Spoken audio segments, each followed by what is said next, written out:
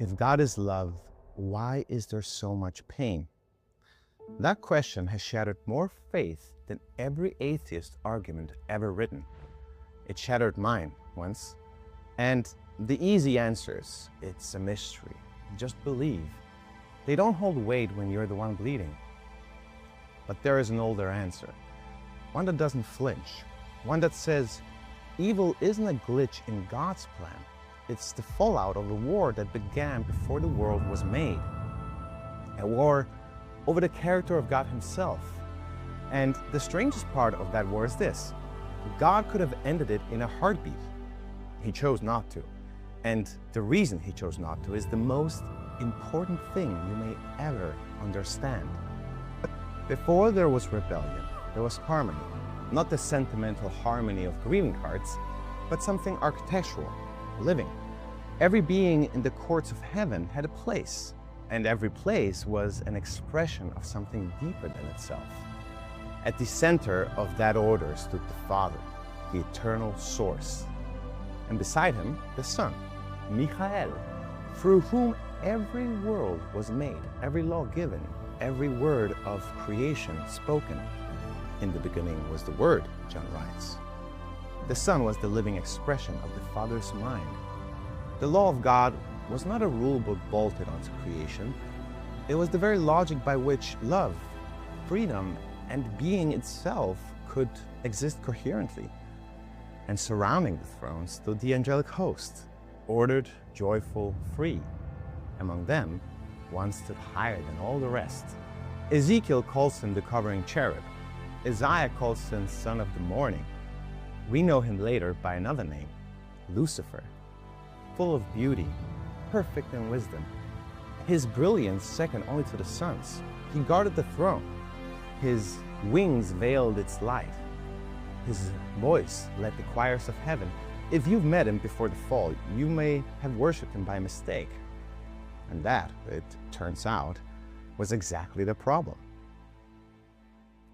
Here's what most people miss about Lucifer. He was not a monster. He didn't start with hatred. He started with admiration. Admiration for himself. Ezekiel writes, your heart became proud on account of your beauty. You corrupted your wisdom because of your splendor. He looked at the light flowing through him, light that came from God, and slowly, almost imperceptibly, began to believe it was his own. The reflection forgot it was a reflection. The instrument began to imagine it was the music. And from that single inversion, everything else followed. He didn't announce a rebellion. He was too brilliant for that. He whispered. He asked questions that sounded reasonable, even noble. Is the law really just? Is obedience really love, or is it just fear in better clothes? Why should the Son receive honor that could be ours? Shouldn't every being define their own meaning? He didn't preach rebellion, he preached liberation. He didn't say, follow me, he said, think for yourself, while quietly telling them exactly what to think. He cast himself as the brave dissenter. He made loyalty look like cowardice and rebellion look like courage. And a third of heaven believed him. This is the genius of the original lie, and it has never stopped being copied. Every demagogue, every cult leader, every revolutionary who has ever turned the language of freedom into the architecture of bondage, they are reading from a script Lucifer wrote first. He took the very gift of persuasion God had given him and turned it against the source of persuasion itself. He proved that the most dangerous force in the universe is not ignorance. It is eloquence severed from truth. Now we come to the question that breaks most people, the one your atheist friends asked and the one you have probably asked yourself in the dark.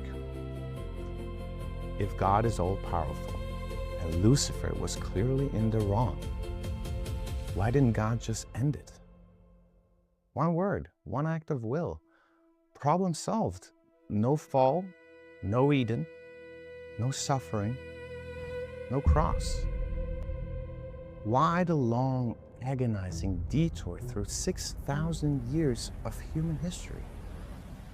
The answer is harder than it sounds, and it changes everything once you see it. Imagine, for a moment, that God had simply destroyed Lucifer the same instant the rebellion began. From the outside, that looks like justice. From the inside, from the perspective of every angel still in heaven, it looks like something else entirely. Because Lucifer was not protesting his own innocence. He was claiming that God's law was inherently unjust. That obedience to God was not really love, that it was fear dressed up as devotion. That the Son's authority was tyranny in beautiful clothing. If God had answered that accusation with an instant execution, he would have proved Lucifer's case in the very act of refuting it. The angels would have served afterwards, yes, but not from love, from terror. And obedience compelled by terror is not loyalty to a loving God. It is submission to a tyrant. So the entire universe would have ended up serving a God they secretly feared. The law would have been preserved in form, but completely empty of its meaning. Lucifer would have been silenced, but his lie would have lived on as the unspoken suspicion in every angelic heart. Maybe he was right. Maybe we serve because we have to. This is why God did not destroy him. Not because he couldn't, because love cannot be commanded, only chosen. And a universe that loves God only because the alternative is annihilation does not actually love him at all. So God did something almost unbearable to contemplate. He let the rebellion run. He let the accusations be tested. He gave Lucifer time, centuries, millennia, to demonstrate in full view of every conscious being in the universe what his alternative government actually produces when it's given time to operate.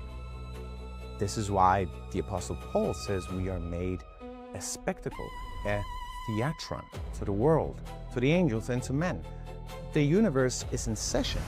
Earth is a witness stand. And every human life, including yours, is admissible evidence. Look at what the rebellion has actually produced. Not what it promised, what it actually built. Lucifer promised liberation. The fruit was bondage. He promised self-sovereignty. The fruit has been alienation from God, from one another, from our own consciences. He promised a wider freedom than God's narrow law could permit. The fruit has been every tyranny in human history, every genocide, every labor camp, every ideology that began with, think for yourself, and ended up with mass graves. This is not God's fault. This is the rebellion rendering its own output, compiling its own verdict in real time, in front of every watching being in the universe. Self-sovereignty rendered to completion is not a counter-civilization. It is a corpse. The universe watches, the unfallen worlds watch, the loyal angels watch, and history compiles the evidence the verdict requires. And then, at the precise center of the story, the Son enters his own creation. This is the part where every framework I could give you breaks down. Because what happened at Calvary is not just an idea. It is the moment where the entire weight of the controversy is carried by a single person on a single afternoon on a small hill outside Jerusalem. Lucifer's accusation had always been the same, that God demanded a love he himself was not willing to give, that self-sacrifice was something God required of others but never embodied, that the Father in heaven was distant, cold, indifferent to the cost of the law he imposed. So the Father answered, not with a sermon, not with a decree. He sent his Son, the eternal Logos through whom every star was made, into human flesh. To be born among the people he co-created, to live the law he delivered them, and to let their rebellion do its absolute worst, him. In those hours, with the universe holding its breath, two governments stood beside each other in perfect contrast. Satan's kingdom, pride, accusation, the demand that others die for you. And God's kingdom, humility, intercession, the willingness to die for those who hate you. The mob screamed, "Crucify him!" The son said, "Father, forgive them." In that moment, the accuser's case collapsed. Not because God overpowered him, because the son outloved him in front of every witness in heavens. The lie that God was a tyrant could not survive the sight of the Creator's Son dying for his creation. The law was vindicated. It is just. The character of God was vindicated. He is love. The Son was vindicated. He is the express image of his Father. The verdict was sealed. It is finished, he said. He meant it. But the case is not yet closed. The verdict was sealed at Calvary. The case-by-case evidence is still being entered. And here is what your atheist friends were probably never told, and what most Christians seem to have forgotten. You are on the witness stand. Not metaphorically, not poetically, literally. The moment you were born, you walked into the courtroom. Every choice you make is being entered. Every choice, every loyalty, every betrayal, every quiet act of trust in God, when nothing in your circumstances justifies it. Every time you choose to forgive when the world says you have every right not to. The creatures of unfallen worlds are watching. They are watching to see whether God's government can produce in beings as broken and tempted as you and me what Lucifer's never could. Free creatures who love him not because they have to, but because they have seen the alternative and choose the throne. This is why your life matters more than you can imagine. You're not background. You're not a statistic. You're a testimony. You are the answer the universe is still waiting to hear. The accuser still files his motions against you. He points to every failure and demands you share his fate. But the advocate stands beside the Father, pleading his own wounds as the answer to every charge. And he is winning your case. The court is still in session. The advocate is still pleading. The evidence is still being entered. Eternity holds its breath. Speak and produce your witness.